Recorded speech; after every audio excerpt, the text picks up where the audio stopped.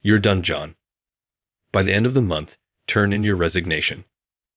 Done, sir. You're correct.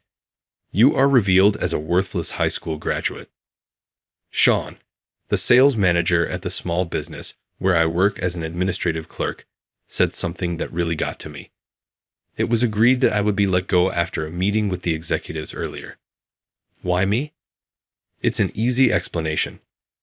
After graduating from high school, you work in an office without being noticed. In addition, you greatly embarrassed me with that project for a foreign client. I suggested to the executives that you leave first. But I have a family. Sean laughed smugly and appeared to enjoy himself more the more I panicked. And get your stuff packed up already. When my shift was over, I hurried out of the office. A voice spoke up behind me as I was wandering about, unsure of how to tell my family the news. Excuse me, are you from that company? Well, yes, I am. When I turned back, a lovely blonde woman with an aura of refinement approached me. Her subsequent remarks would permanently alter my life. John Thomas is my name. I work as an administrative clerk for a small company and am 42 years old. I live with my wife, Ashley, and our daughter, Nancy, who is in the 3rd grade.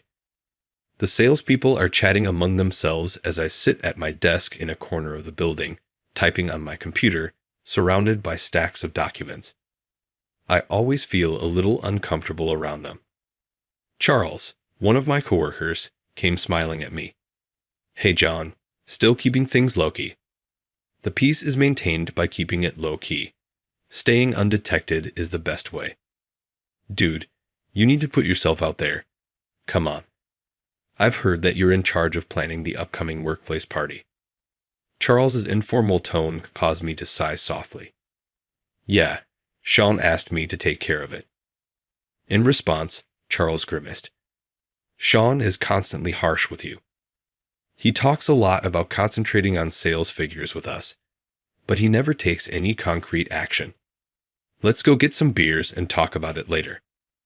Charles returned to his desk a few minutes later, but Sean entered the office through the open door. Every employee instantly stood up and pretended to be busy. The company's previous boss, who retired at age 60, had been replaced by Sean as the sales manager. He's apparently one of the executive's nephews. Sean walked over to my desk and stared at me icily. Hey, John, did you finish that report? Yes, here it is. I handed him the document, and he flipped through it absently. Are you still engaged in dull work? Even a high school graduate, I suppose, can manage this kind of situation. As Sean went on, silence descended on the room. Anyway, just be sure to continue helping the sales team. Keep to the grunt work, okay. Without a word, I nodded. I genuinely thought at the time that if I just maintained working hard, my life would be steady, even in spite of Sean's mocking comments. I was having coffee conversations with my colleagues' clerks over the lunch break. The atmosphere became strained when my colleague Mark raised the subject of layoffs. Sean seems to be selecting individuals for layoffs. They claim that poor sales performance is to blame. I heard office staff like us are the first targets. Though I tried to ignore the conversation, unease crept into my thoughts. I knew there was talk of large-scale layoffs, but I figured my steady work ethic would keep me safe. The next day, when I arrived at work, Sean was already at his desk flipping through papers. Even though it was a bit early, he wasted no time calling out to me. Hey, John, come here for a sec. I barely had time to set my bag down before walking over to Sean's desk. The sales department's files are a mess. Organize them. Isn't that something human resources handles? What? Who cares about human resources? A high school grad like you doesn't get to complain. Suppressing my frustration, I replied simply, got it. There was no point in arguing. It would just make things worse. I started sorting through the files one by one. Watching me, Sean let out a satisfied grunt. Make some copies after that, then restock the warehouse supplies. I kept my face neutral, inwardly thinking, yeah, whatever. By the time I finished the menial tasks Sean had assigned me, it was almost the end of the afternoon meeting. Sean, who had been attending the meeting, returned to the office carrying several thick files in his arms. John, make 100 copies of all these. 100 copies. That's right. Oh, and the shredder's jammed. Go fix that too. When I replied, understood, Sean smirked and added more instructions with a sly grin. And by the way, you're organizing this month's sales department party. Make sure you book a venue. Again? I mean, wasn't I already in charge of this weekend's party too? You can't do much else, so you should be grateful for the honor. Cut me some slack. This is the third time this month. Though I wanted to voice my frustration, I held back. I nodded slightly to show my agreement. A few hours later, even after clock-out time, I was still alone in the office making copies. It was already dark outside. That's when Sean walked in, putting on his coat. Hey John, still working? Sorry, sir. It'll take just a little longer. When I said that, Sean's eyes narrowed sharply. What? You're not putting this on overtime, are you? No, of course not. Good. See you then. With a satisfied nod, Sean left the office. Not putting in for overtime. It's just expected at this point. Alone in the office, I continued my work. I finally finished a little after 8:00 p.m. When I got home, my kids rushed up to me. Dad, help me with my homework. Hey, stop that. Dad's tired. I'll help you instead. It's fine. Let me see.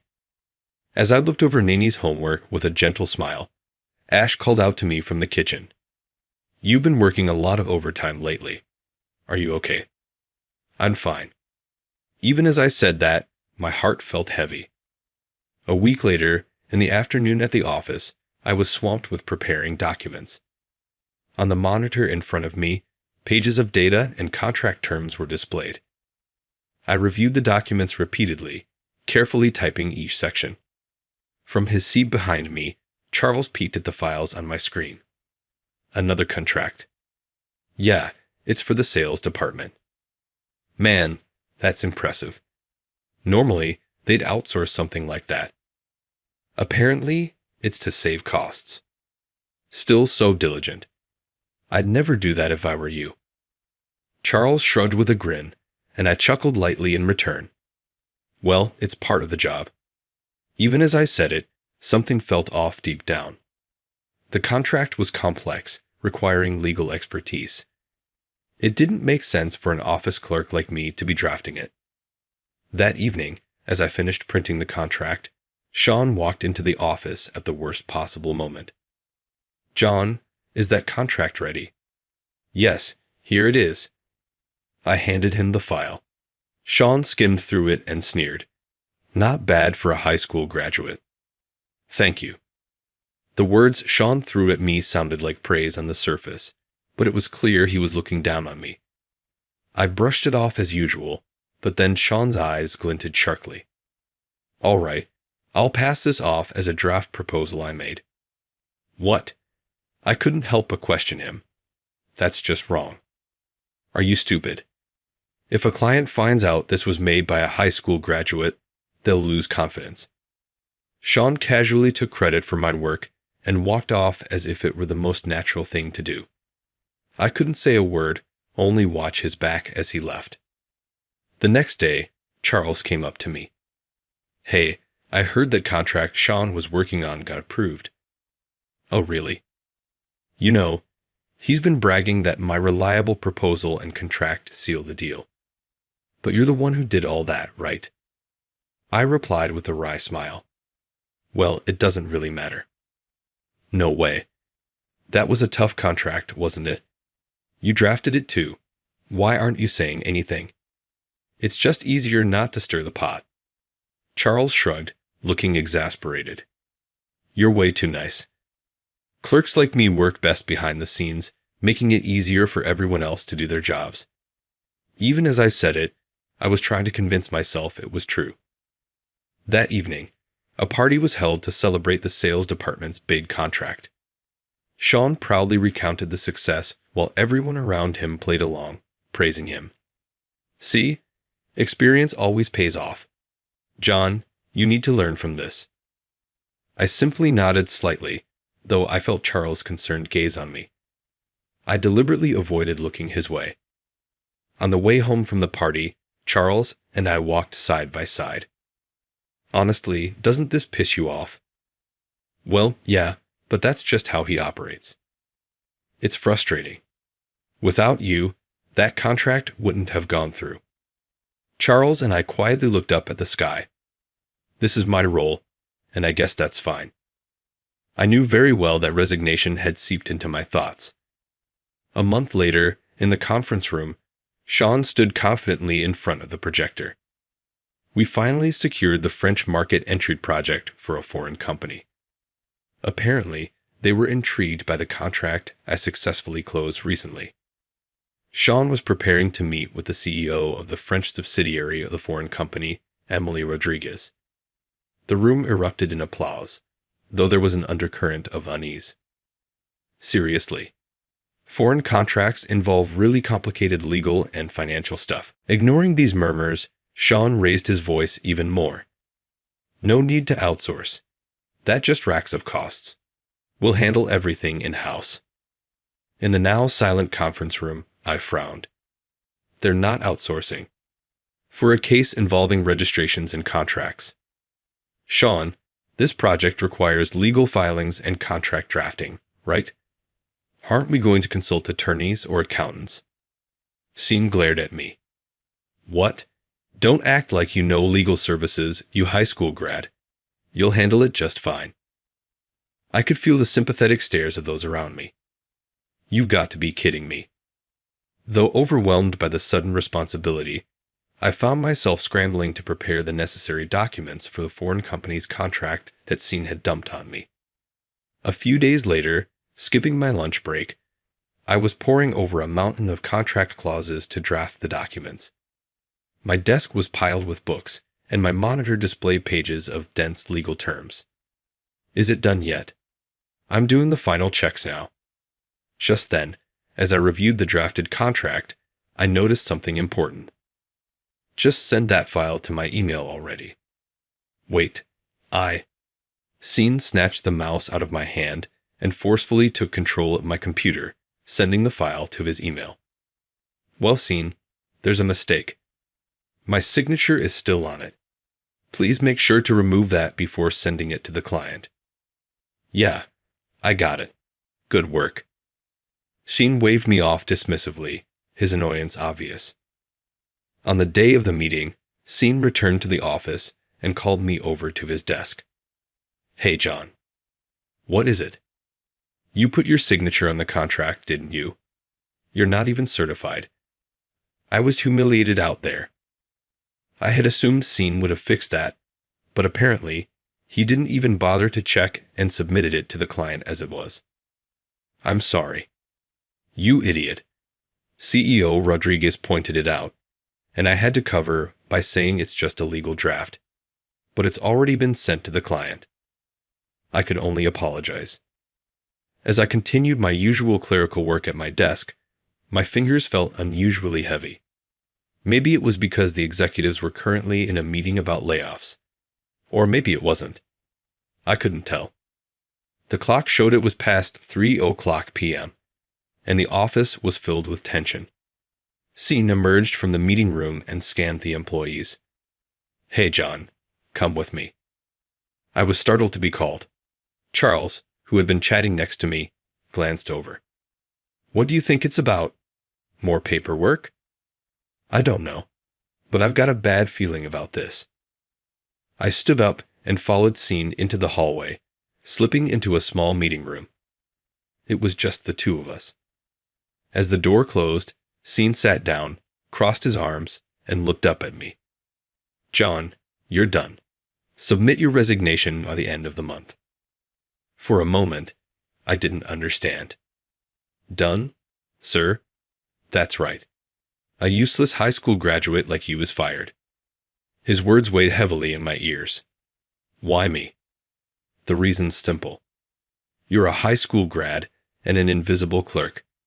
Plus, you humiliated me on that foreign client project. I told the execs you should be the first to go. But I have a family. Sheen smirked. So what? Pack your things and get out. I clenched my fists. If this was a decision made in a meeting, then an official notice would follow. No matter what I said, it wouldn't change the outcome. Feeling defeated, I left the meeting room. How long had it been since I'd left work right at the end of my shift? Sheen was shouting something behind me, but I ignored him and walked out of the building. The cold wind stung my cheeks. I hunched my shoulders and let out a sigh. My steps felt heavy, and my vision blurred with tears. How am I supposed to explain this to my family? That thought weighed heavily on me. My daughter had been working so hard for her middle school entrance exams. The idea that it might all go to waste was unbearable. As I wallowed in despair, someone called out from behind me. Excuse me, do you work at that company? Well, yes, I do. When I turned around, a glamorous blonde woman was approaching me. Her appearance was strikingly out of place. I have a question. Do you know a John Thomas? Well, that would be me. Really? How lucky am I? You're the one who made this document, right? She smiled as she handed me a document. My eyes widened in shock. It was a report I had prepared at Sheen's request. This, your name's on it. Certified Legal Clerk John Thomas, right here. The blood drained from my face.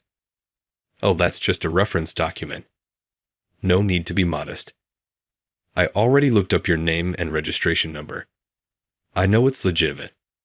Besides, your signature wasn't just on the contract.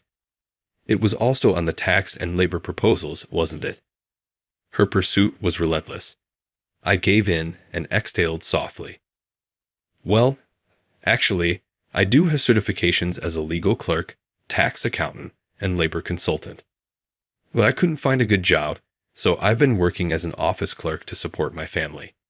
That's the truth. After graduating high school, I worked while dedicating myself to earning certifications, believing they would be a strong asset. When I applied to my current company, I already held legal clerk and tax accountant certifications. I even listed them on my resume, but no one brought it up during the hiring process. Later, I realized I needed another certification as a labor consultant, but high school graduates didn't qualify for the exam. So, I enrolled in a correspondence community college, which is a fond memory now. I knew it. You're an interesting person. Incredible, really. I look forward to working with you as our go-to person from now on. That might not be possible. I've already been scheduled for a layoff. The blonde woman's face showed surprise. A layoff? Yes, I'll be unemployed starting next month. She paused to think for a moment, then smiled. Well then, how about working for us at 10 times your current salary? What? I blinked, repeating her words in disbelief. 10 times? Of course. I mean, someone certified as a legal clerk, tax accountant, and labor consultant who can draft flawless documents. Getting laid off? That's absurd. Though bewildered, I could sense from her serious gaze that she wasn't lying. Allow me to introduce myself properly. I'm Emily Rodriguez. She handed me her business card. It read, CEO, French branch representative for an enterprise. A CEO. Emily smiled warmly. That's right. I was sent by our headquarters to spearhead our entry into the French market. Apparently, she held an MBA and was also a licensed attorney. She was what you'd call a true top-tier elite. I was speechless. Why would someone like you? I wanted to know about you directly. I was curious if we could recruit such a talented individual. Feeling uneasy, I lowered my gaze. You should put those certifications to good use. Excuse me? Emily lightly tapped the contract with her finger as she continued. Normally, companies outsource registration, taxes, and labor issues separately. But if we have you, all of that can be handled in-house. I see. Having all three certifications at once is practically unheard of. Emily laughed, clearly enjoying herself. Work like this costs hundreds of thousands of dollars annually to outsource, but you could handle it alone. We pay you the equivalent of 3 employees' salaries. 3 salaries? I couldn't believe my ears at her proposal. The foreign company Emily worked for had only had a small presence in the French market, but they were now planning a major expansion with a large office. However, to operate smoothly in France, they needed to navigate complex legal, tax, and labor processes. Outsourcing these services was expensive, slow, and often lacked a necessary understanding of French regulations. When Emily learned about my qualifications and skills, she immediately decided I was the perfect fit. Someone who could cut costs and increase efficiency dramatically. I'm about to lose my job, and I don't think I can handle such a big responsibility. Hearing my response, Emily looked at me with a serious expression. You're underestimating yourself. That's exactly why I want you to work with us. Let's continue this conversation somewhere more comfortable. With a confident turn, Emily started walking, and I hurried to follow her. She entered a nearby cafe. Sitting in front of a coffee, I felt tense. Expanding into the French market comes with complex labor and tax challenges. Outsourcing to external experts takes time and is outrageously expensive. That's true. Many foreign companies don't have a deep understanding of the French market. That's exactly why they need someone who knows French business practices and has hands-on experience. Her explanation made perfect sense. Emily took a breath and looked me straight in the eye. You're not just someone with certifications. You've actually drafted contracts and even prepared tax proposals. That's proof of real-world experience, not just textbook knowledge. But I didn't think what I did was that impressive. Emily smiled. The fact that you think it's ordinary makes it even more impressive. Please take some time to think about it, okay? After returning home, I shared the conversation with Ashley. A tenfold salary increase. Is that even possible? It's a foreign company, but still, it feels unreal. Even as I said that, my decision was already made. The next day, I handed my resignation letter to Sean. The moment he saw it, he grinned smugly. Well, I'm thrilled you made up your mind so quickly after yesterday. Makes this layoff process much smoother. I didn't say anything.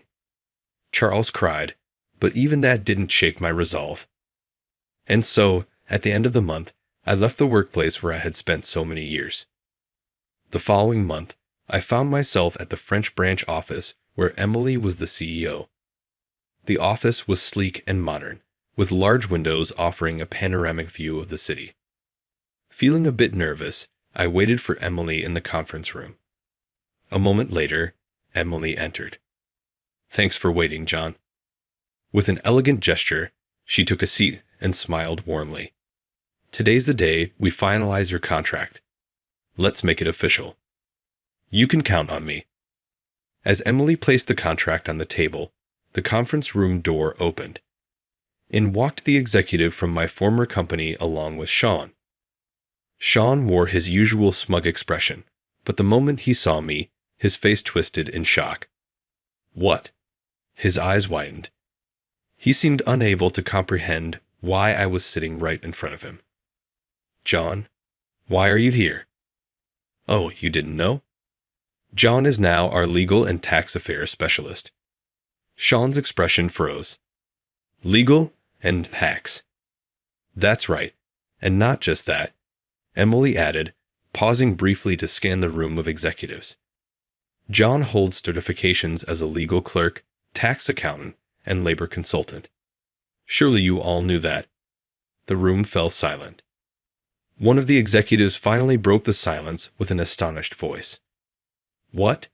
He holds all 3 of those challenging certifications. Sean, eyes wide, was at a loss for words. Emily tapped the contract lightly with her pen. Come on now, let's not feign ignorance in a professional setting. John was drafting our contracts while working at your company, wasn't he? Contracts. Well, Sean was claiming he drafted them himself, so perhaps the executives didn't know. Sean's face briefly turned pale, but he quickly tried to cover it up. No. Well, it was a team effort. I just compiled everything. Emily calmly pulled out a document and showed it to the executives. This is the contract in question. As you can see, it's signed by certified legal clerk John Thomas at the bottom. Didn't anyone bother to verify this? The executives peered at the document, spotting the signature, and exchanged shocked glances. Sean, what's going on here? John's name is clearly written on this. Sean's voice wavered with panic. That's a mistake, I swear. Emily, though smiling, shot Sean a cold glare. Calling it a mistake seems a bit too convenient, don't you think? David, one of the executives, stepped forward with a stern expression and confronted Sean. Sean, you said you created it yourself, didn't you? And you treated someone with certifications as a legal clerk, tax accountant, and labor consultant as just an office worker?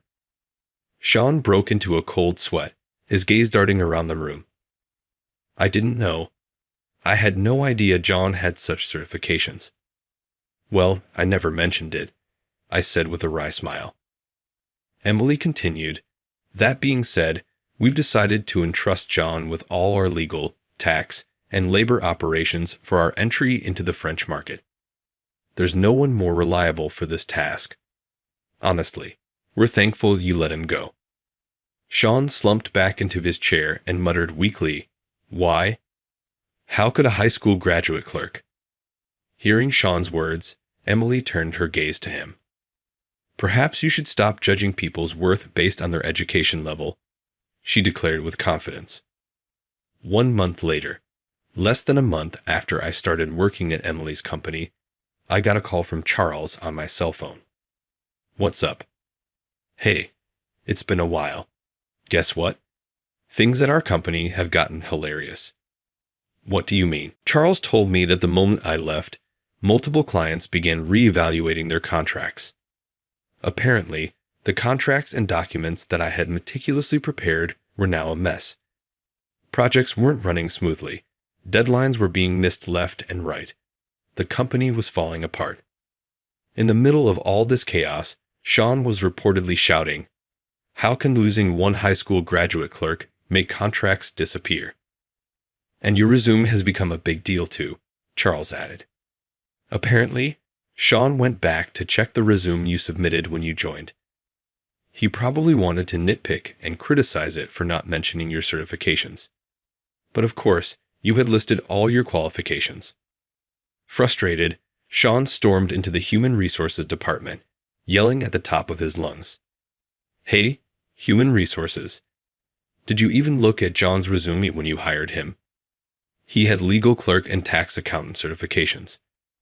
Charles said Sean's shouting was so loud that it reached his desk. Curious, Charles edged closer to listen to the argument between Sean and the elderly human resources manager. The HR manager, flipping through papers with a sheepish smile, said, Well, you see, my eyesight isn't what it used to be. I didn't notice. You didn't notice? Then what did you even look at when you hired him? The HR manager calmly replied, He seemed like a good person. And most importantly, he looked serious. I thought he'd be a great hire. So you let a resume that valuable slip through just because of that.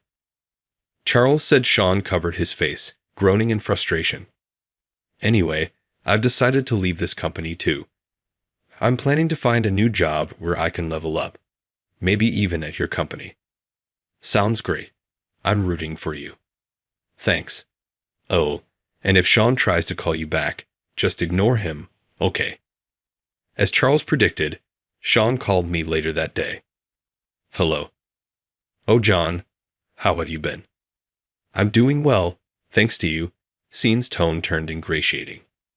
Listen, could you come back to the company? We really need you. Things just aren't the same without you.